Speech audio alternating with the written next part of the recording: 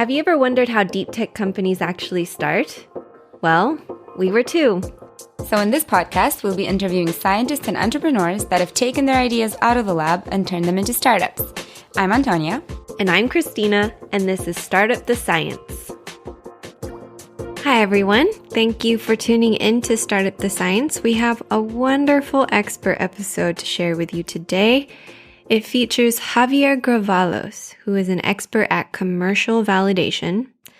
Startups ask us a lot of questions about market fit and commercial validation. It's a tough subject to breach because we live in a day and age now that markets are always changing, fluctuating. There's one disruptive thing after another.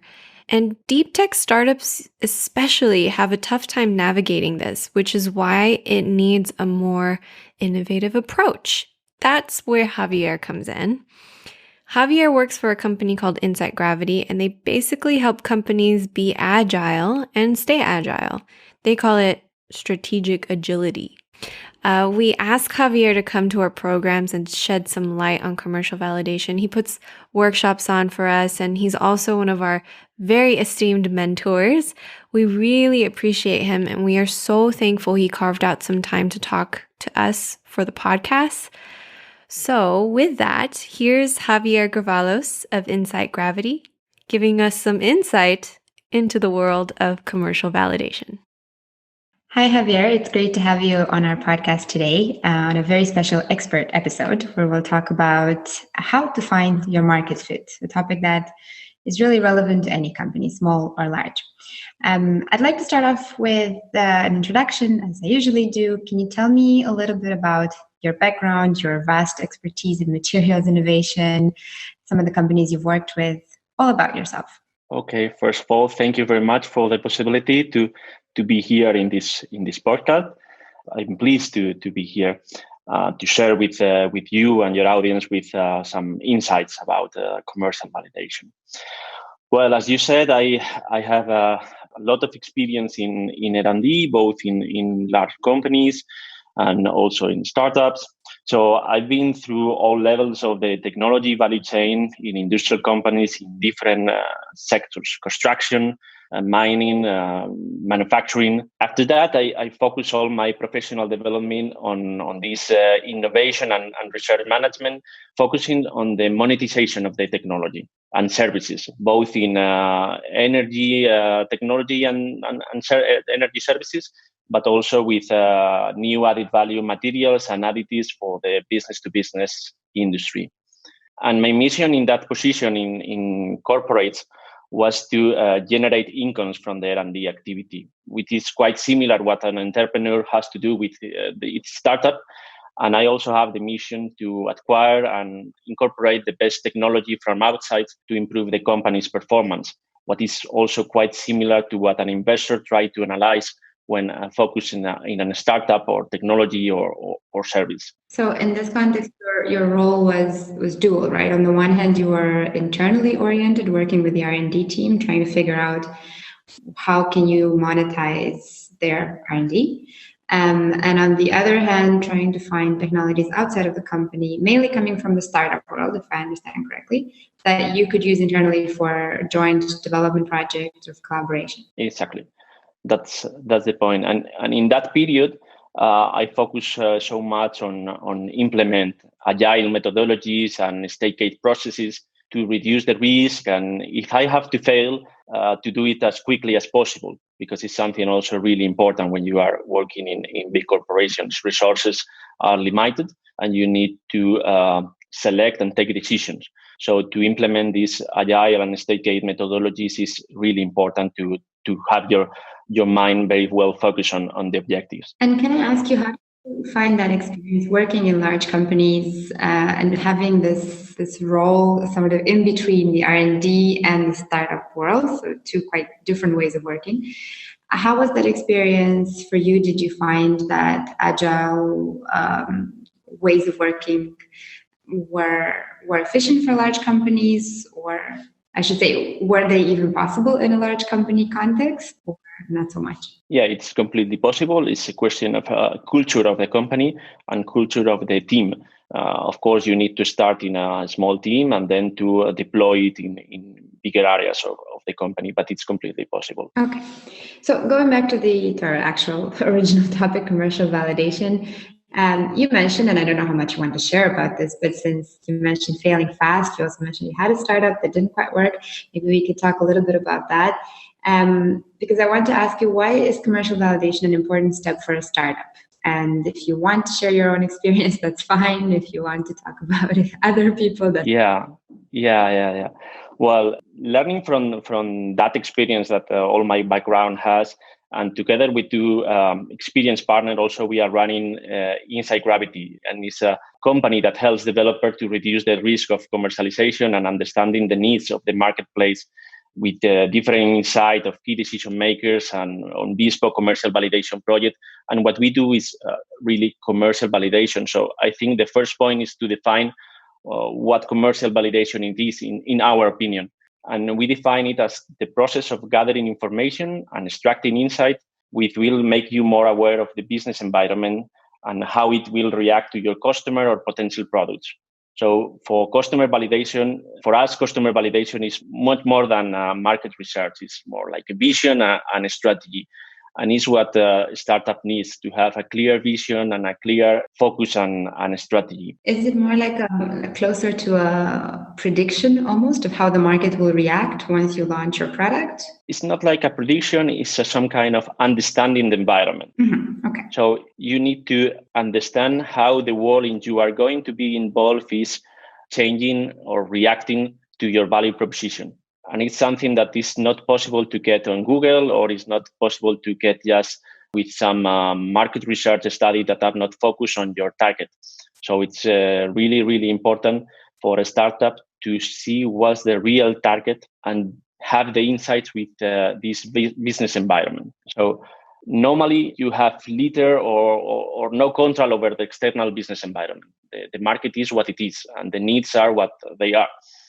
But you need to understand how it is changing and evolving in order to predict how your customers or how your competitors or regulation will behave in the future and will impact in your strategy. So understanding this process will give you some insight that can transform into actions. So it's a way to take actions and decisions very well informed, not by imagination or just to casual decisions. So it are informed decisions.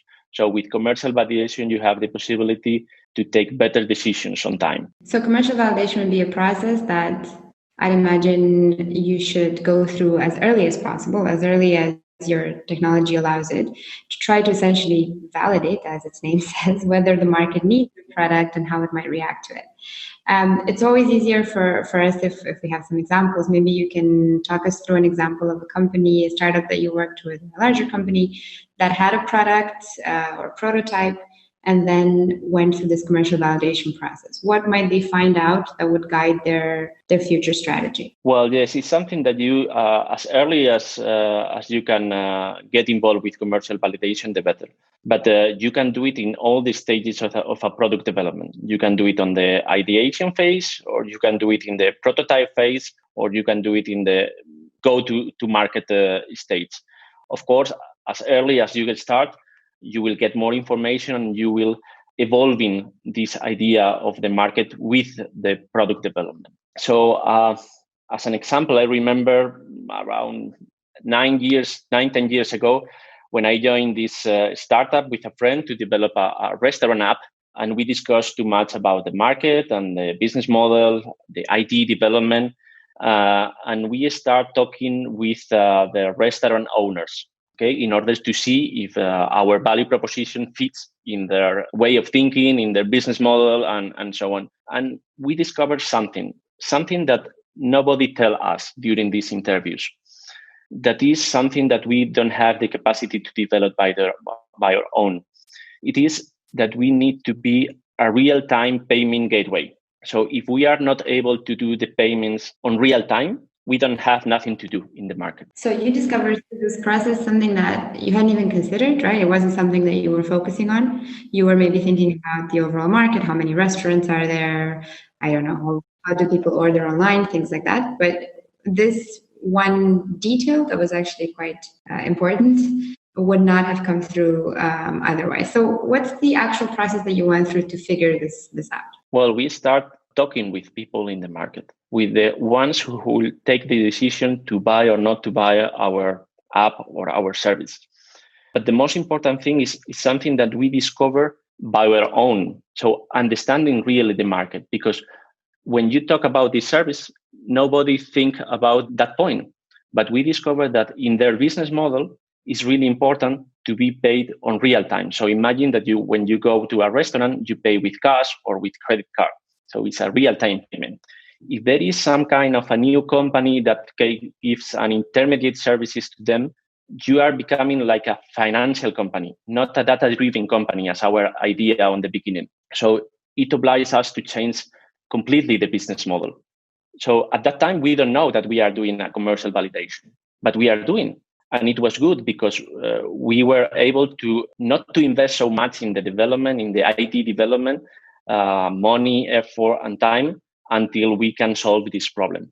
At the end, we were not possible to solve that problem because 10 years ago, this was not a so easy question. Nowadays, it's more easy, but at that time was only PayPal or big companies that can do that kind of. So it was really good to carry out this commercial validation until we don't know that we are doing a commercial validation, but it's really good to do that. Right. And the earlier you do it, the better it is because you can pivot, you can save yourself a lot of time and trouble and, of course, a lot of money, probably, by going in the wrong direction. But I know because we always have you as part of our accelerator where you teach people how to do commercial validation, that the concept itself is obviously more complex than that. And of course, if you don't have a lot of money and resources and it's just an idea, it's always good to ask around and ideally to ask people from that industry. Would this product be useful? How would you use it? What do you see problematic with it? And so on. But can you tell me a little bit more about the actual let's say more planned out, more organized commercial validation process, what you do at Inside Gravity as well for companies? Because of course it's not just a matter of asking a couple of people, hey, what do you think? Yes, of course. And imagine that a service for restaurant in Spain is quite easy to find the clients. There are a lot of them. So it's more or less easy. But imagine that you have a new material or a process, an industrial process. It's not so easy to talk with final clients. Also because if you enter into conversation with them, this is not an objective evaluation of the market because there is on the front a commercial relationship behind your conversations. There is a provider, a client relationship from the very beginning. And these modify the answers that the people in the market will give to you. So, in my opinion, it's good to take into account, use third-party providers for this objective commercial validation, because it gives you the objectivity of the process, gives you some completely different answers. But of course, you need to try by your own from the very beginning and try to do the typical analysis, top-down analysis, bottom-up analysis, or analogy analysis, or even to buy a market report in order to figure out what the business is. This is okay, but this is okay for a starting point. When you need to go further, you need to create a strategy and to create a network relationship from the very beginning. And only with this network relationship, it's possible to understand the market. Not always think to ask for a client. Also try to think to ask the client of your client. Try to think on the value chain and try to understand all these complex network of activities among the players. Right. So let's say you have a new material, as you said, let's say it's in construction, and you're thinking, okay, my clients will be large construction companies that could use this material, but they would have their own clients, which could be property developers, for example, or they might have to take into account different local or countrywide regulation and so on. So you kind of have to think down that value chain. How will your product affect their own sales? And one thing you mentioned that I think is very interesting is that as you start off and you want to do your own commercial validation, you sort of enter a bit of a conflict of interest if you yourself go and ask companies, hey, would you buy this product? How much would you pay for it? If you're the one selling the product. Because of course, I'd imagine first from a pricing perspective, they'd probably tell you a lower price than what they might actually be willing to pay for it. So going to a third party might save you that trouble. But then my question is, having worked with so many startups in this field, can they afford to do that? Is this a process, or is this a service that is accessible to startups? Well, I know it's really difficult for a startup more in the early stages to allocate monetary resources to this activity. But at the same time, it will save a lot of valuable time and effort and reduce the reach of their next marketing process. So maybe it could be good for startups to start demanding these commercial validation actions when choosing their programs for acceleration or platforms to be inside. So start thinking from the very beginning on that, because another reason this activity is a good idea for technology provider is because it gives the technology owners or the entrepreneurs more controls over the interaction with investors. If they have a very firm and clear view of how to commercialize their technologies, they won't be realizing so much on the input for the investors. So they will be much more comfortable negotiating with them and looking for the financing type of activity that they really need. So it's really important from the very beginning to have this in mind. And I know that at the very beginning, it's not affordable for a single entrepreneur with an idea, but try to think and ask for these kind of things to the environment, to the ecosystem, to the accelerators programs or to the different investors to put these resources to help them on that process. I think it's a way that we need to start saying. And in my opinion, there is a lack of knowledge and experience in these areas. And more when you talk about capital-intensive startup like what you are working in ADMACOM programs. But that's the mission that we have. It's helping these technology developers with these issues. And we need to create an ecosystem that is able to provide them these resources. That makes sense. And definitely something we should keep in mind for our accelerator. And if other accelerators are listening, maybe something for them as well. Do you find that a lot of investors or some investors come to you asking for commercial validation for potential companies for them to invest? We do on both sides. We make commercial validation for technology providers, and we analyze the market and we analyze their potential strategies of commercialization. Maybe patenting is an option, maybe licensing is another one, maybe to get an investor to invest in a production plant can be a different one. So we help them not to force to have only one option, but to analyze all of them and then to take decision. But we also work on the other side, and we also help companies, corporate and investor to find the better technologies to fit in their growth strategy. So imagine a company is willing to be in added value products for paints and coating sector in the future. So we help them to analyze how this world is changing in terms of the technology. So we can make this match also between technology providers and needs on the market. That makes sense. So they can understand a bit better what might happen in the short, long term and be able to make more informed decisions. So as we're coming close to the end of our chat, sadly, I want to make it very practical, very easy to understand for the many startups that I know are listening to us. So to kind of sum up everything you said, obviously commercial validation is very important. I think they would all agree. But let's say you're very, very early stage. You've just discovered in your research a new material that might be, for example, very useful in the battery space. You think this is revolutionary and could totally change how batteries look and how they act. And I'm about to patent this technology. Maybe I've already patented. Now, what should I do? How should I go about validating it to at least get me started? Maybe I don't have a large budget. Maybe I don't have any investor willing to pay for it or an accelerator like ADMACOM willing to pay for it yet. What should I do? Well, first of all, I will ask you why patenting is the best strategy. Have you analyzed other options? Maybe good point. Yeah, maybe I went to an accelerator that told me you have to have a patent for it, and then I rushed to patent it. But maybe I should have even started my commercial validation before that. Yeah, but you need to start thinking every time you need to take a decision, an important decision, you need to think about what are the options. And patenting or any other option is a decision that compromises the future of the exploitation model of your idea of your concept.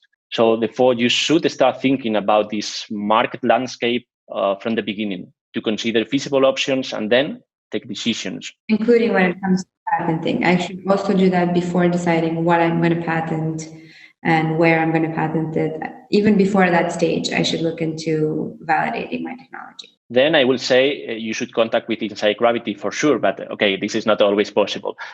So start to do your own market analysis with the tools that you already have. So this kind of top-down analysis, bottom-up analysis, analogies, also to try to buy these reports or something like that, or try to start talking with people.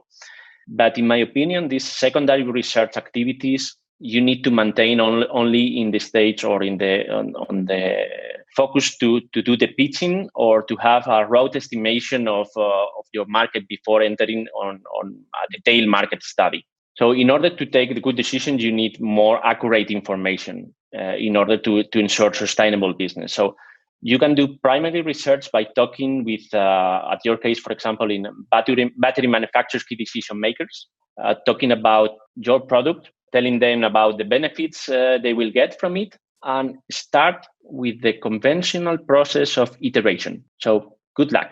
You probably will not be the one to do so. So you be asked about many data that you didn't even know that you needed. So that's the normal process. And this is the what normally a startup can do by their own. But if you start constructing a relationship in the world of battery commercialization, is much better. But you need time. So start to think who is your client, who is the client of your client, who are the regulators, who are the people that has influencing in the market, and try to have people in your network in all these ecosystem partners, and try to start talking with all of them and constructing and figure out how the business it is from outside before to start talking with your clients. This is something that is really difficult to do it because normally you don't have access to this network. And this is why we think to do this kind of activities with third parties or helping you to do this is really important. But it's the unique way. The key point is you need the network. That's the point. You need network. And you need to ask these people what they think about your technology. But there are a couple of problems that I see with this. Not really from my perspective. I wouldn't have a problem going and asking around. But as you mentioned yourself, I'm probably not the one working on materials for improving batteries. So thinking of the scientists we know that are working on these technologies, I'm thinking of two concerns they might have. One is, what if it's too early and I go and tell everybody about this great idea I have and they steal it?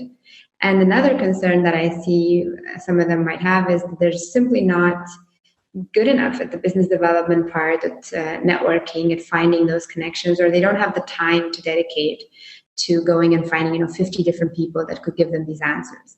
So obviously they could come to Inside Gravity, I understand that. But on the first question of being too early to talk about it, is that a valid concern, or would you tell startups, don't worry about it? Well, I will say, do not expose your product too early. Start talking with people from the very beginning of the concept idea is good, but not to expose the product and the value proposition too early, because you can lose the favor of your clients if it is not right. Start talking with your idea and start connecting with people and creating this network from the very beginning. But you have to do your own work and to have the answers and try to figure out how the world in you are working is evolving prior to expose and to promote your product. Makes perfect sense. And just basically to try to see whether the assumptions are true. Of course, you are not able to wait 3, 4, 5 years to expose your product to the market because you need to sell it and you need to make revenues. But trying to do it in this iterative process, but not too early. Got it. All right. All very good advice, which I'm sure many of the startups listening to us will benefit from. As we're coming to the end of the interview, if you were to sum up the benefit of commercial validation in one sentence, that would be? Well, I think for summarizing just one sentence, commercial validation is the way in which you are aware of how the market and how the business it is. So as soon as you know that, as soon you will take good decisions. Makes sense. Thank you very much, Javier, for all these insights. I'm sure some startups will contact you, and if they do, we'll put your contact information in the description just in case. And if they do, you can say hi from us as well. Thank you very much. Thanks for listening to Startup the Science. If you like our show and want to know more about what we do, check out our website at inam.berlin. And don't forget to leave us a review. Until next time.